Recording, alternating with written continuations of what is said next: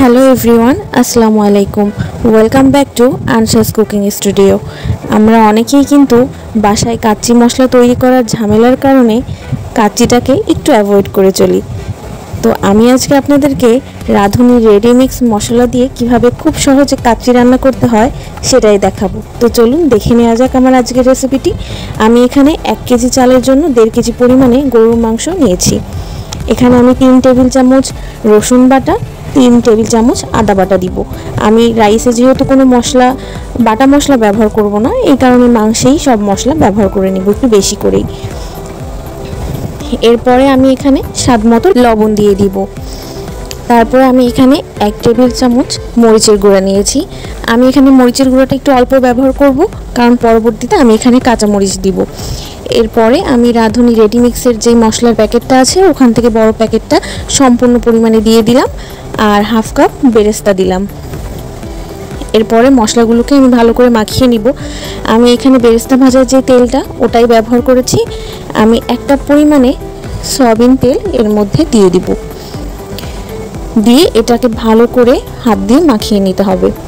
মশলাটা যেন মাংসের সাথে ভালো করে মিশে যায়, এই জন্য ভালো করে সুন্দর করে এই মশলাটাকে মাংসের সাথে মাখিয়ে নিতে হবে। আমার মাংসটা যখন পুরোপুরি মাখানো হয়ে যাবে তখন আমি এটাকে একটা ঢাকনা দিয়ে চুলায় বসিয়ে দিব। আমি কিন্তু এখানে কোনো প্রকারের পানি ব্যবহার করিনি, আমার মাংসটা থেকে অনেক পরিমাণে পানি বার হবে, এই জন্য কোনো পরিমাণে পানি ব্যবহার করার কোনো দরকার নেই।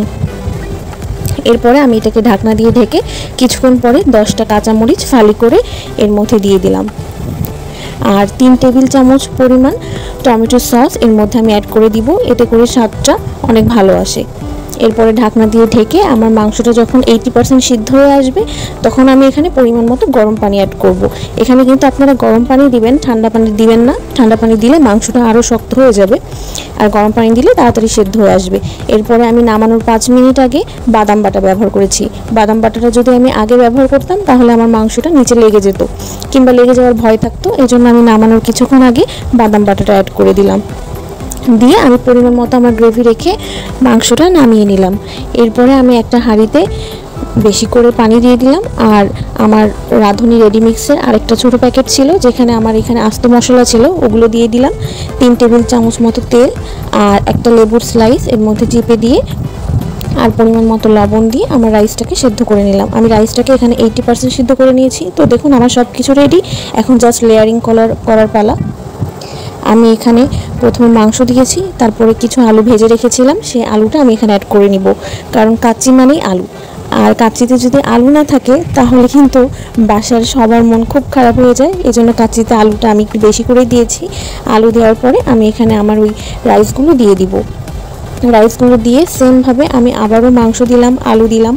দেওয়ার পরে আমি এখানে 1 মুঠ মতো কিশমিশ অ্যাড করেছি। আপনারা চাইলে বাদামও অ্যাড করতে পারেন, আমার বাদামটা ভালো লাগে না এই জন্য আমি অ্যাড করিনি।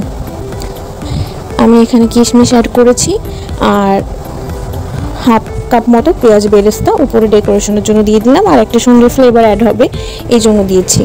এরপরে আমি 1 কাপ পরিমাণ কুসুম গরম পানির সাথে 3 টেবিল চামচ গুঁড়া দুধ আর 3 টেবিল চামচ ঘি একসাথে মিক্সড করে নিয়ে এই রাইসটার উপরে দিয়ে দিব। দেওয়ার পরে আমি এটাকে দমে রেখে দেবো 1 ঘন্টার জন্য। আপনাদের 40 থেকে 45 মিনিট মতো সময় লাগতে পারে। আপনারা একটু লো হিটে এটাকে দমে রাখবেন, তাহলে নিচের অংশটা পড়বে না। তো দেখুন আমার কিন্তু সব লেয়ারিং করা শেষ। জাস্ট আমি উপর থেকে আর একটু ঘি ছড়িয়ে, একটু এক্সট্রা ফ্লেভারের জন্য ঘি ছড়িয়ে দিলাম। যেহেতু আমি এখানে কোনো পরিমাণে কেওড়া জল কিংবা গোলাপ জল ব্যবহার করিনি, তাই ঘির পরিমাণটা একটু বেশি করে দিয়েছি। এরপরে আমি বিরিয়ানিটা দমে রেখে এই দেখুন তৈরি হয়ে গেল আমার বিরিয়ানিটা। কিন্তু অনেক ঝরঝরে হয়েছিল। এভাবে যদি আপনারা বাসায় একবার কাচ্চি এনে দেখেন, সবাই কিন্তু চেটে পুটে খাবে আপনার এই কাচ্চি রান্নাটা। তো আমার রেসিপিগুলো আপনাদের কেমন লাগে অবশ্যই জানাবেন, এবং আমার চ্যানেলটি সাবস্ক্রাইব করে আমার পাশে থাকবেন। সবাই কমেন্টস বক্সে জানাবেন কেমন হয়েছে। আল্লাহ হাফেজ।